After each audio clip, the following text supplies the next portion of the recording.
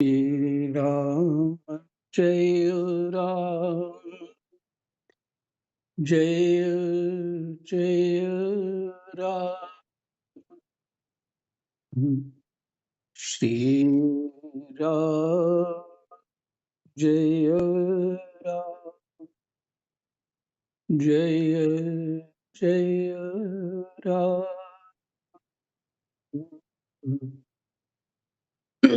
राधे श्याम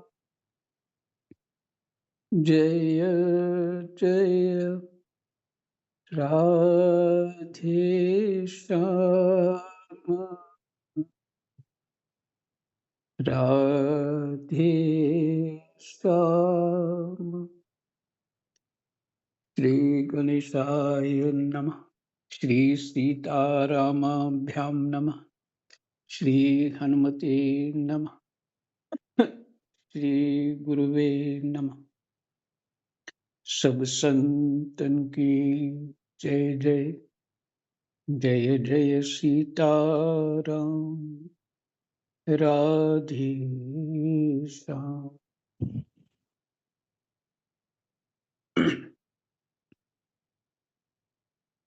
श्रीमद्भागवत महापुराण पंचम अध्याय तृतीय स्कंध श्लोक संख्या 23 से पाठ करते।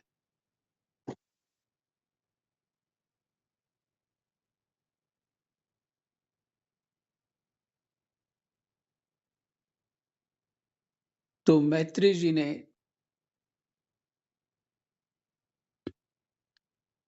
विदुर विदुर जी से कहा, इसलिए अब मैं जगत की उत्पत्ति स्थिति और लय के लिए योग माया के द्वारा विस्तारित हुई भगवान की विभिन्न लीलाओं का क्रमशः वर्णन करता हूं।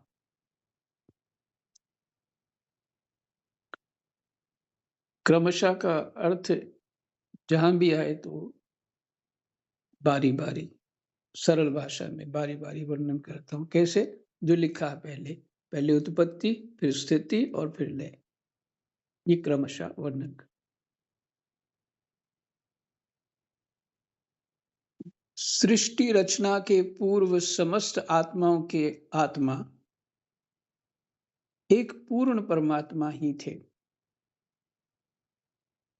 ना दृष्टा था, ना दृश्य।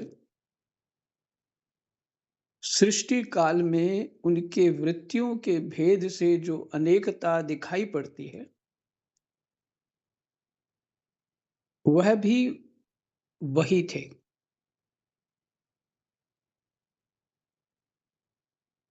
क्योंकि उनकी इच्छा अकेले रहने की थी।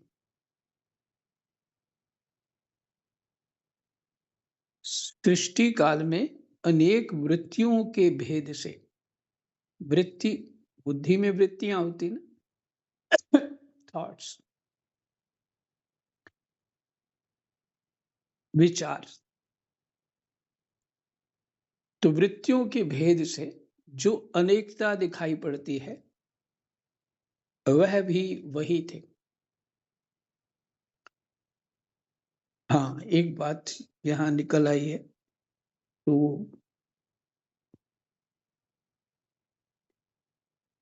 जो हम जन्म लेते हैं बदल बदल के, जो वृत्तियां हम दृढ़ कर लेते हैं, चित्त में सालों सालों घुसी रहती हैं, और वैसा ही जन्म हो जाता, क्योंकि वो चाह रहती है, आस रहती है, जहाँ कोई पश्चाताप रहता है तो उसको पूरा करते हैं।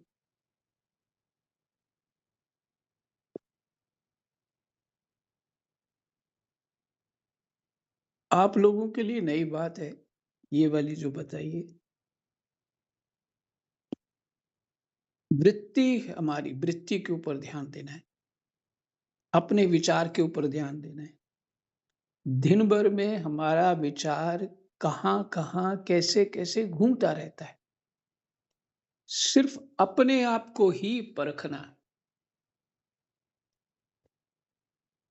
दूसरों का भला करना है, मुझे ये पुण्य कार्य करना चाहिए, वो करना चाहिए, ऐसा करना चाहिए, वैसा करना चाहिए, वृत्ति है। और ये सब अज्ञान से होती है। जो कुछ माया है वो अज्ञान है। ये बात समझिए। ये सब पुण्य का जो लोभ दिया गया है, इसका कारण है कि हमारा अंतःकरण शुद्ध हो, हमारी वृत्तियां भोगों में न फंसें।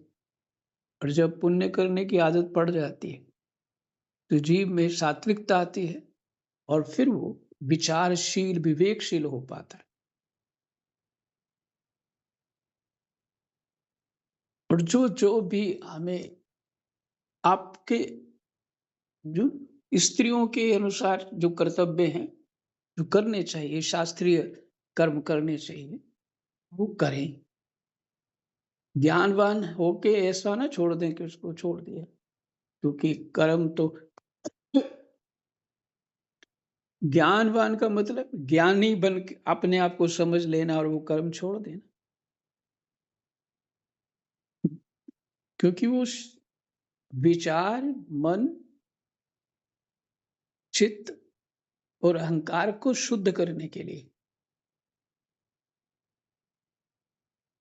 और फिर ये भी आती है बात कि हाँ, जो गुरुदेव ने आप सबको उपासना दी है, उसके अनुसार करिए, तो भी वही हो जाएगा। वैसा ही होगा, अर्थात अंतःकरण की शुद्धि होगी। क्योंकि शास्त्रों में जो भी कुछ वर्णन है,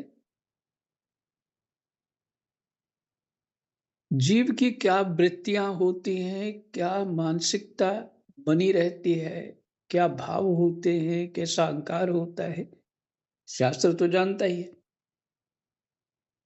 तो उसी के सुधार के लिए शास्त्र सब उपाय बता रहा है।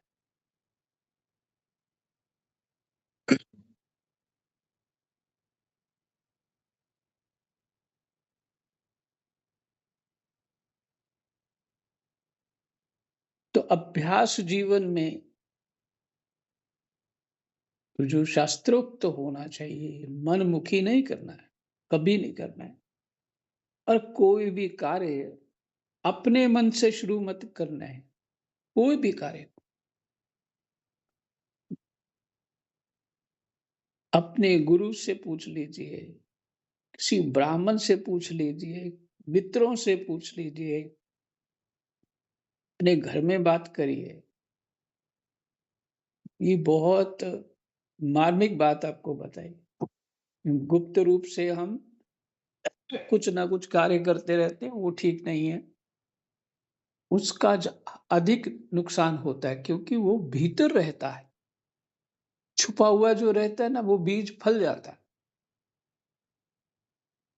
तो जब खोल दें सबके साथ, तो अकर्ता का जो स्थिति है वो बनने लग जाती है।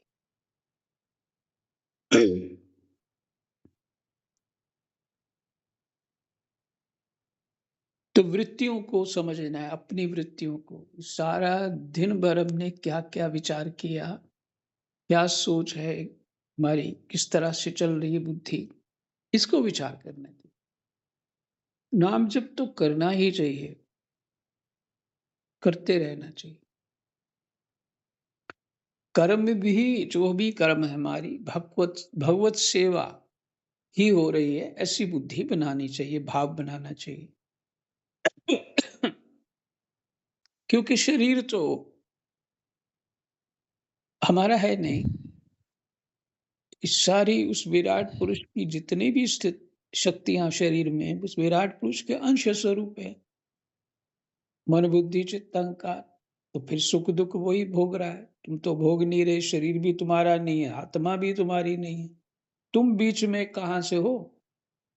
सिर्फ अज्ञान से मान लेते हो कि मैं अलग हूँ उससे, तो ये अज्ञान जो है यही कारण शरीर है। अज्ञान ही जो चिदाभास में घुसा हुआ है।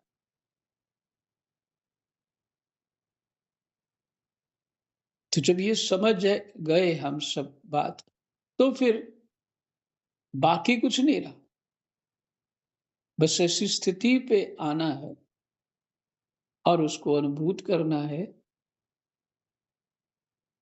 कि ये विराट शरीर तो हम, विराट शरीर से ही हम अंश रूप हैं,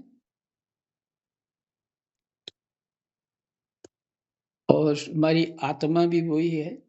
ये बीच में जो मैंने लगा दिया है, यही गड़बड़ है। हो गई मुक्ति अगर ठीक से समझ में आ गया तो।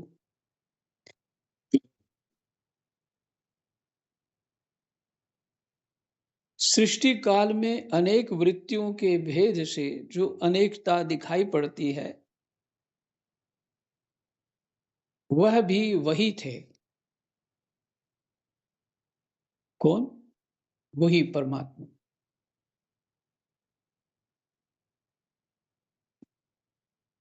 क्योंकि उनकी इच्छा अकेले रहने की थी।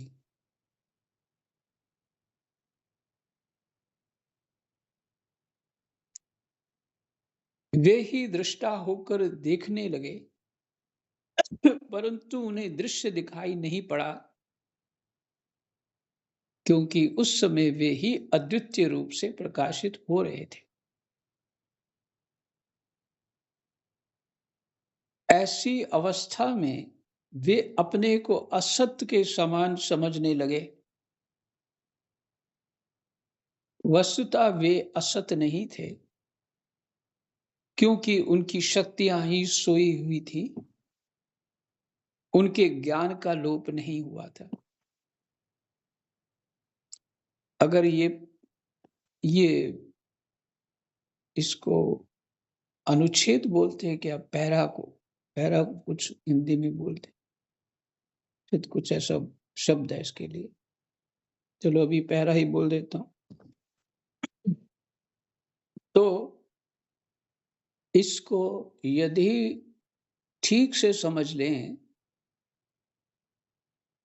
इसका चिंतन करें, हम्म,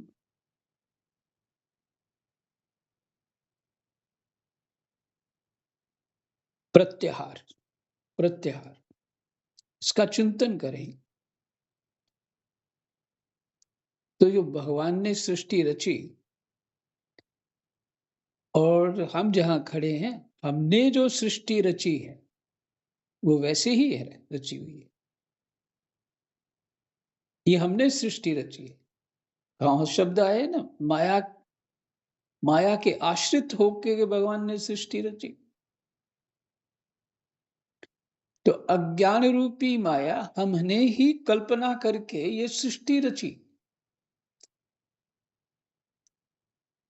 जो उधर चल रहा है, देखिए बात को, छुपी हुई बात है, इसको भगवत कृपा से कभी कभी खुल जाती।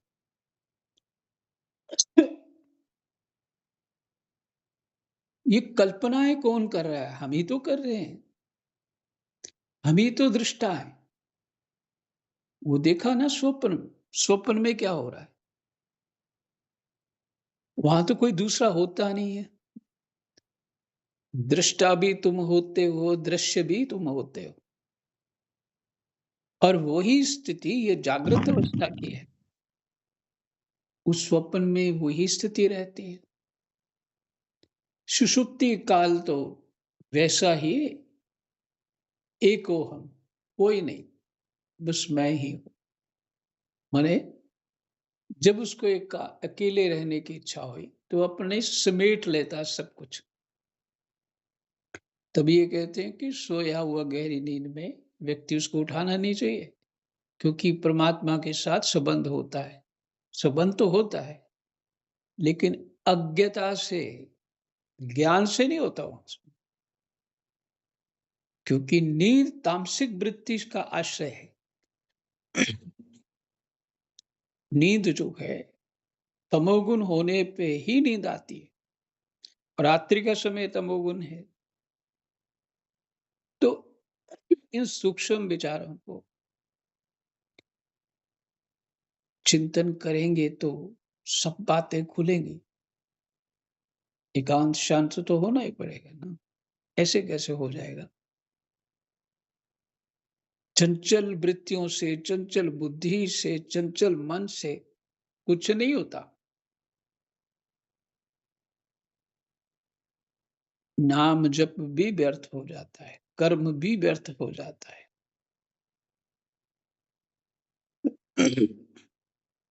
उसकी भावना भी व्यर्थ हो जाती है। पीछे एक ऐसे शब्द आए थे, आपने सुना ही है।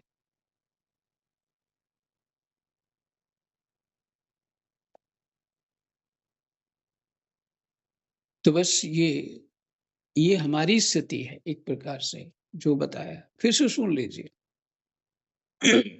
सृष्टि किसने रचना करी है? आपने अपनी जो सृष्टि रचना करी है उसी को ध्यान करके देखें। सृष्टि रचना के पूर्व समस्त आत्माओं के आत्मा एक पूर्ण परमात्मा ही थे। न दृष्टा था न दृश्य। सृष्टि काल में अनेक वृत्तियों के भेद से जो अनेकता दिखाई पड़ती है, वह भी वही थे। क्योंकि उनकी इच्छा अकेले रहने की थी। वे ही दृष्टा होकर देखने लगे, परंतु उन्हें दृश्य दिखाई ना पड़ा, क्योंकि उस समय वे ही अद्वितीय रूप से प्रकाशित हो रहे थे। अद्वितीय मैंने दो नहीं, एक, अकेले वही प्रकाशित थे। तो दृश्य कहां से होगा? ऐसी अवस्था में वे अपने को असत के समान समझने लगे, कि जैसे मैं हूं ही नहीं।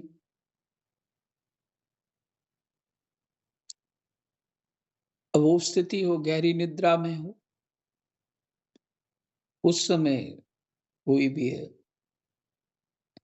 दृष्टा और दृश्य थोड़ी होता। तो अपने आप का भी भान नहीं रहता। सिर्फ बाद में स्मृति होती कि हाँ, बहुत सुख आ रहा था। अगर ये तामसिक समाधि है हमारी निद्रा, तो जागृत कैसी होगी?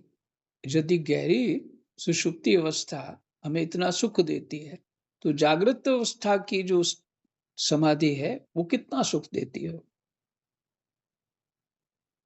ये खोज करनी चाहिए। कई गुना ज्यादा। और तामसिक समाधि ही नहीं हम छोड़ पाते हैं, तो कोई गहरी निद्रा से जगाए तो क्रोध आ जाता है।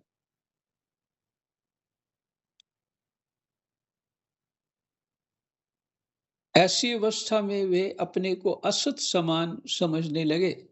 वस्तुतः वे असत नहीं थे, क्योंकि उनकी शक्तियां ही सोई थीं। उनके ज्ञान का लोप नहीं हुआ था।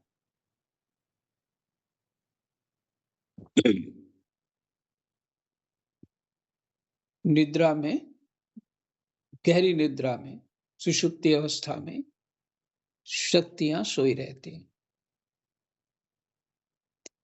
तो ज्ञान का लोप नहीं होता। वहां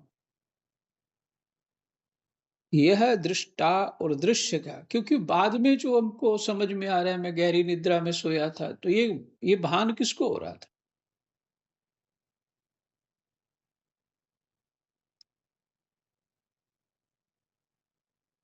उनके ज्ञान का लोप नहीं हुआ था। यह दृष्टा और दृश्य का अनुसंधान करने वाली शक्ति ही कार्य कारण रूपा माया है। महाभाग विदुर जी, फिर से, यह दृष्टा और दृश्य का अनुसंधान करने वाली शक्ति ही कार्य कारण रूपा माया है। महाभाग विदुर जी, इस भावा भाव का भाव रूप, इस भावा भाव रूप अर्थात भाव अभाव रूप अनिर्वचनीय माया के द्वारा ही भगवान ने इस विश्व का निर्माण किया है।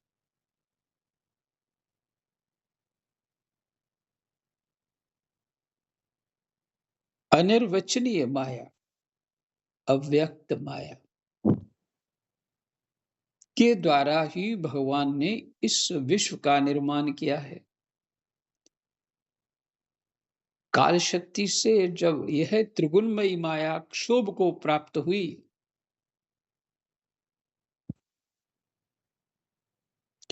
काल शक्ति से, तब इन इंद्रियातीत चिन्मय परमात्मा ने अपने अंश पुरुष रूप से उसमें चिदाभास रूप बीज स्थापित किया। चिदाभास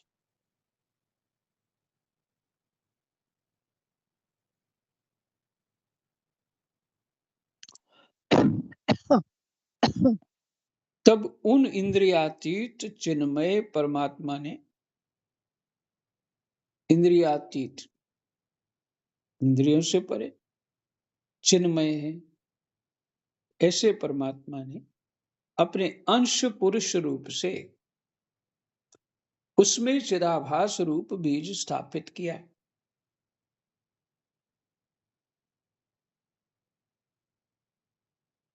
पुरुष रूप से उसमें चिदाभास, चिदाभास क्या पुरुष रूप ही हो। तब काल की प्रेरणा से उस अव्यक्त माया से महत्त्व प्रकट हुआ। चिदाभास के बाद काल की प्रेरणा से, देखिए काल जो भगवान, काल रूप भगवान है, काल मैंने समय, उसकी प्रेरणा से देखो, आज जिसकी स्मृति बहुत ज्यादा है ना, तो समय बीतता जाएगा तो स्मृति कम हो जाएगी। तो काल का ही प्रभाव हुआ। जो आज जिस स्मृतियों में हम अधिक डूबे हुए हैं, और साल 2 साल 4 साल में बहुत फीकी हो जाएंगे। तो काल का प्रभाव हो रहा है, ये प्रत्यक्ष से समझ में आता है।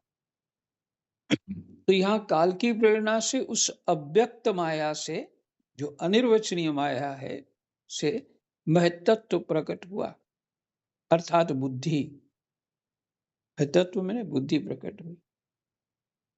चिदाभास से, काल की प्रेरणा से बुद्धि प्रकट हुई। वह मिथ्या अज्ञान का नाशक होने के कारण विज्ञान स्वरूप और अपने में सूक्ष्म रूप से स्थित प्रपंच की अभिव्यक्ति करने वाला था।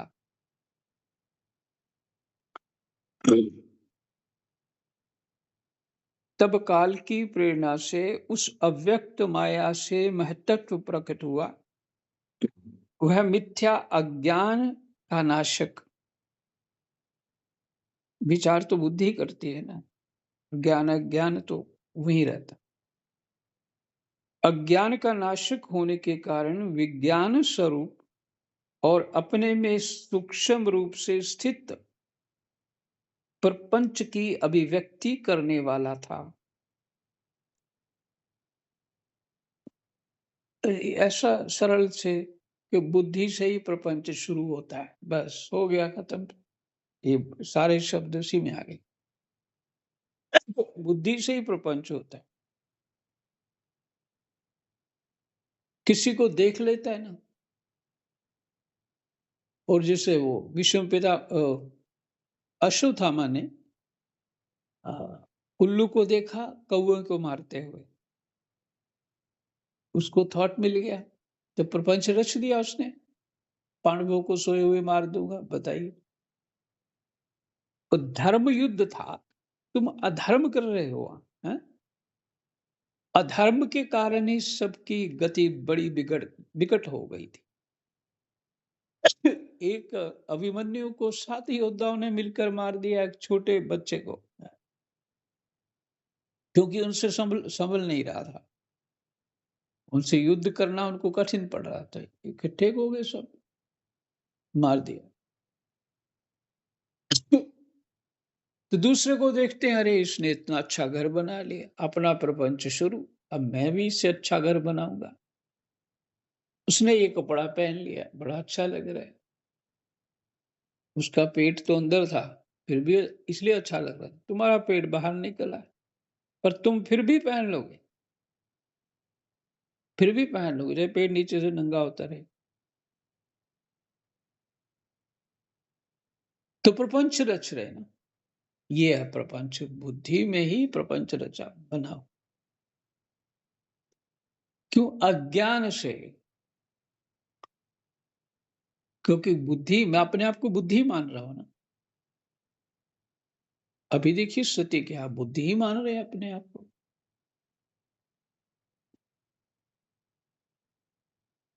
अच्छा एक बात और, यदि मैं अपने आप को अभी आत्म स्वरूप मानूं तो मैं चुप हो जाऊंगा, बोल ही नहीं पाऊंगा।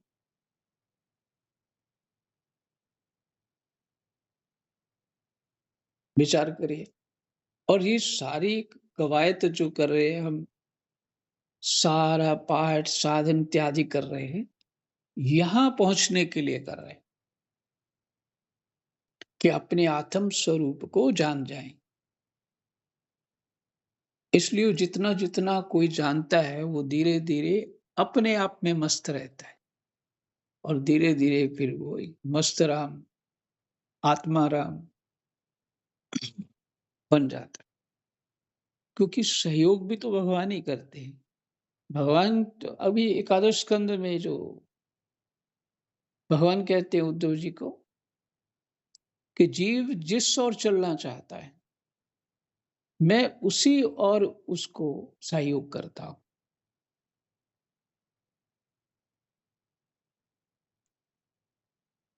स्पष्ट हो गया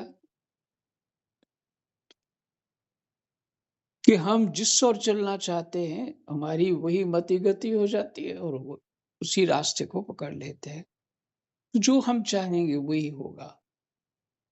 तुम अपनी उत्पत्ति, पालन और प्रलय के कारण तो तुम स्वयं ही हो।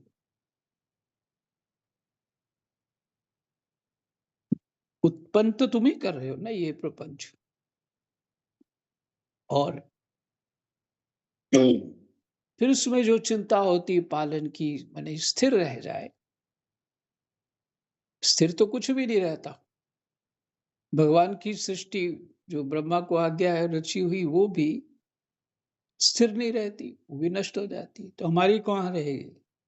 लेकिन हम, हमारे भीतर जो अंश रूप विष्णु है, वो उसको संरक्षण देता है, पालना करता है, चिंतन करता है, चिंता करता है।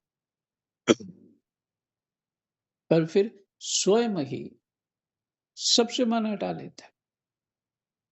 जब कोई नहीं सुन रहा तो कहते हैं जाओ भाड़ में, सब मरो।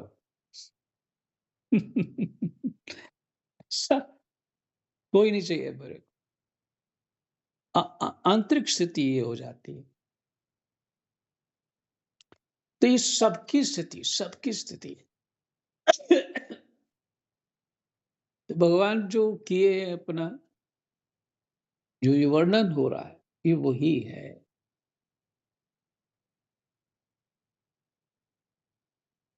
जो कौन सी उत्पत्ति, स्थिति मैंने पालन और लय, लय मैंने संहार, बिल्कुल खत्म कर देना। तो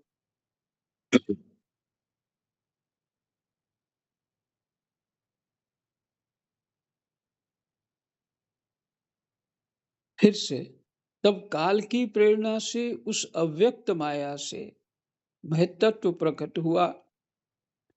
वह मिथ्या अज्ञान का नाशक होने के कारण विज्ञान स्वरूप और अपने में सूक्ष्म रूप से स्थित प्रपंच की अभिव्यक्ति करने वाला था।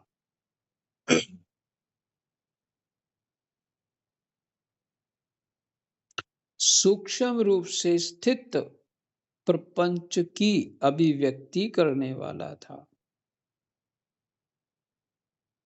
इतना कुछ समझ में आ रहा है कि बोल नहीं सकता। उसका कारण है, तो अगर बोले तो आपको कुछ और ही कुछ समझ में आने लग जाएगा। इसलिए वो स्थिति पहले बनानी पड़ती है अपने चिंतन की।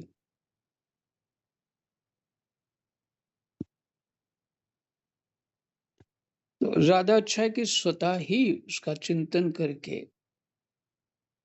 ये शास्त्र जो कहता है कि ऊहापोह ज्ञान में होती है, ऊहापोह। उसका चिंतन करना, प्रश्न करना, पुष्टि करना, पूछना, समझना, उसके चिंतन करना, बार-बार उसका चिंतन करना, ये है ऊहापोह।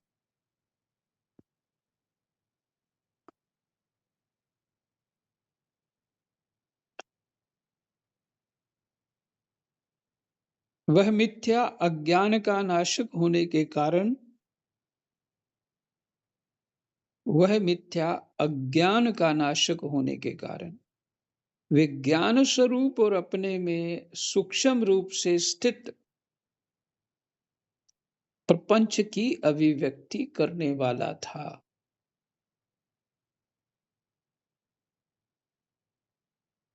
फिर चिदाभास गुण और काल के अधीन उस महतत्व ने भगवान की दृष्टि पड़ने पर इस विश्व की रचना के लिए अपना रूपांतर किया।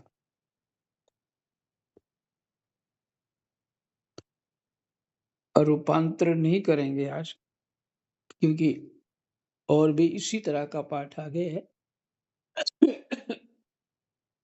जो चिंतन अधिक मांगता है, तभी दृढ़ होगा हमारे चित्त में, और फिर वो ज्ञान रूपी प्रकाश जो है हमारा अज्ञान रूपी मल को दूर कर देगा, अगर चिंतन ठीक से होगा।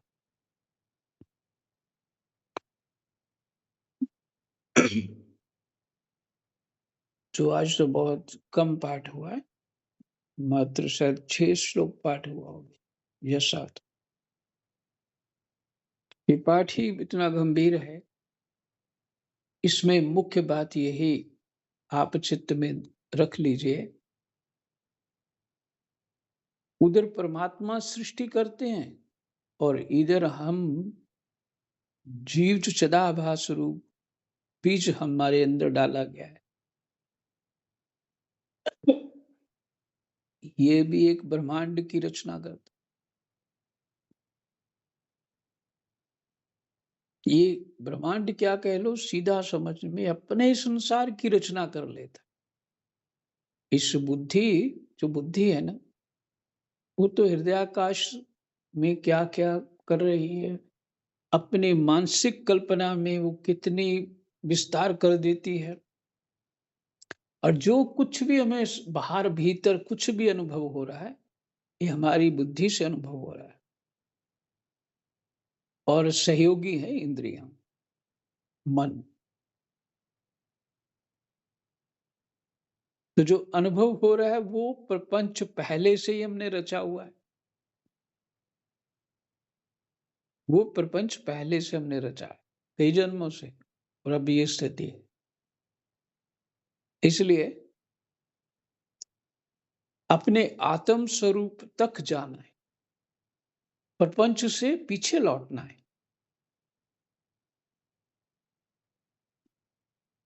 ये उत्पत्ति स्थिति लय कुछ छोड़ करके सारे संसार की स्थितियां जो बनी हुई हैं हमारे सामने, जो भी है, इसको ही छोड़ना है और अपनी आत्मा को अनुभव करना है। तो फिर हमारा प्रपंच सब लय हो गया, तो हम अपनी मूलभूत जो स्वरूप है उसमें स्थित हो जाएंगे, और एकत्व हो जाएगा आत्मा और परमात्मा का। एकत्व पहले से ही है, पर हमको प्रपंच के कारण वो एकत्व समझ नहीं आ रहा। उस समय समझ आ जाएगा।